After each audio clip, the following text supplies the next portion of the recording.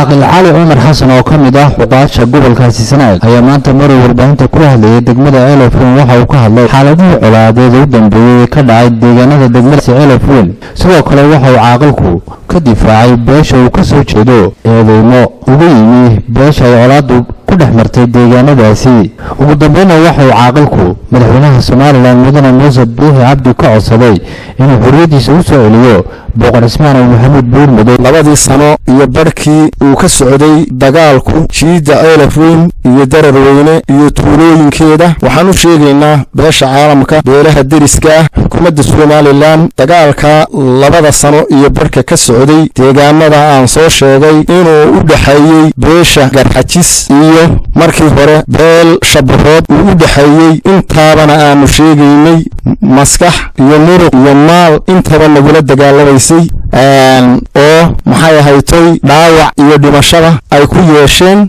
iyo galbeed baloola cararayay intaasuba aanu cadaynayno marka ay wada hadalku bilaabmo ama heshiisku bilaabmona ay sheeganayeen inay iyagu xidho ka yihiin waanay dagaalka ku jirin iyagoo dagaalka ku jira oo maxay ahaaytay hantigoodii ku bixinayay oo geerooda ka soo harayay gaashaamo oo jifida kaga bixinayay oo ahaa Sacad Yunus baanu ka bixinaynaa laakiin ay iyagu dagaalka ku jireen taasaanu cadaynaynaa waxa uu daliila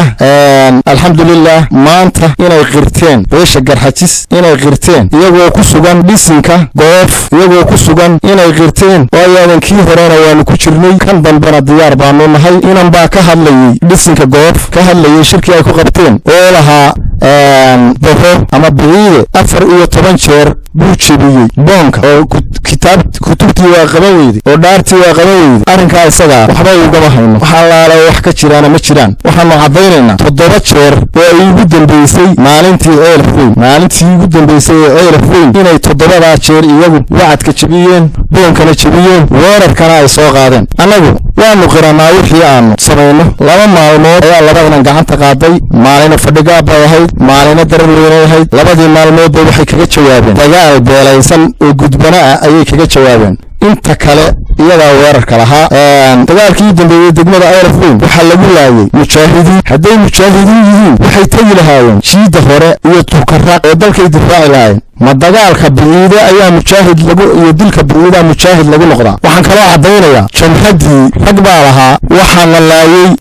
ciidamo hubeysan oo direysita xashakalla annaga nooma dagaalamin askar dawladeedna nooma dagaalamin jamhadina nooma dagaalamin wax ku dagaalamay feetarkii dawladda dhulkii dawladda direyskii dawladda wax ku dagaalamay oo shacab ku laayay idinka jira ilaa iyo haddana ku maqan oo dhisimada ku fadhiya oo ku jamhada oo ilaa iyo Puntland ku tagay oo kaga soo urursaday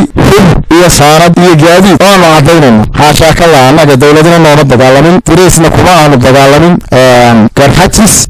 badan baa anagu nalaga difaynayay anaga aan askariinay anagoo baxaa anagoo baday iyo Axmed Faaraha maanta isa shaarka la bixeen Garxajis waxaan maqlayay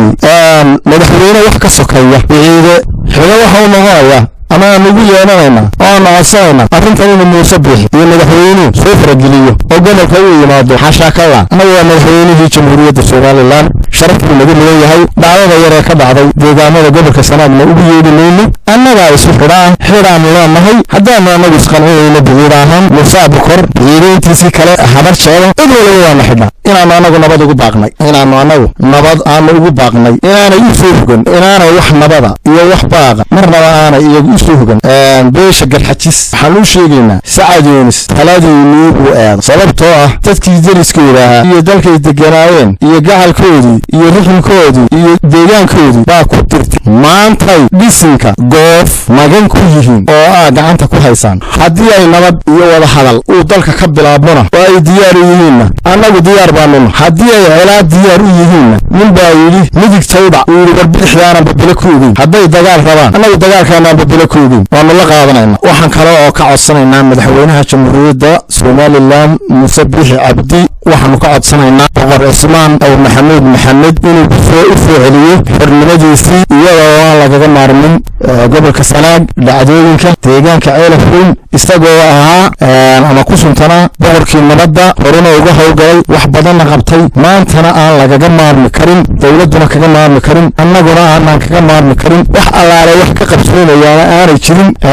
inta uu boqorku xiran yahay Axmed Maxamed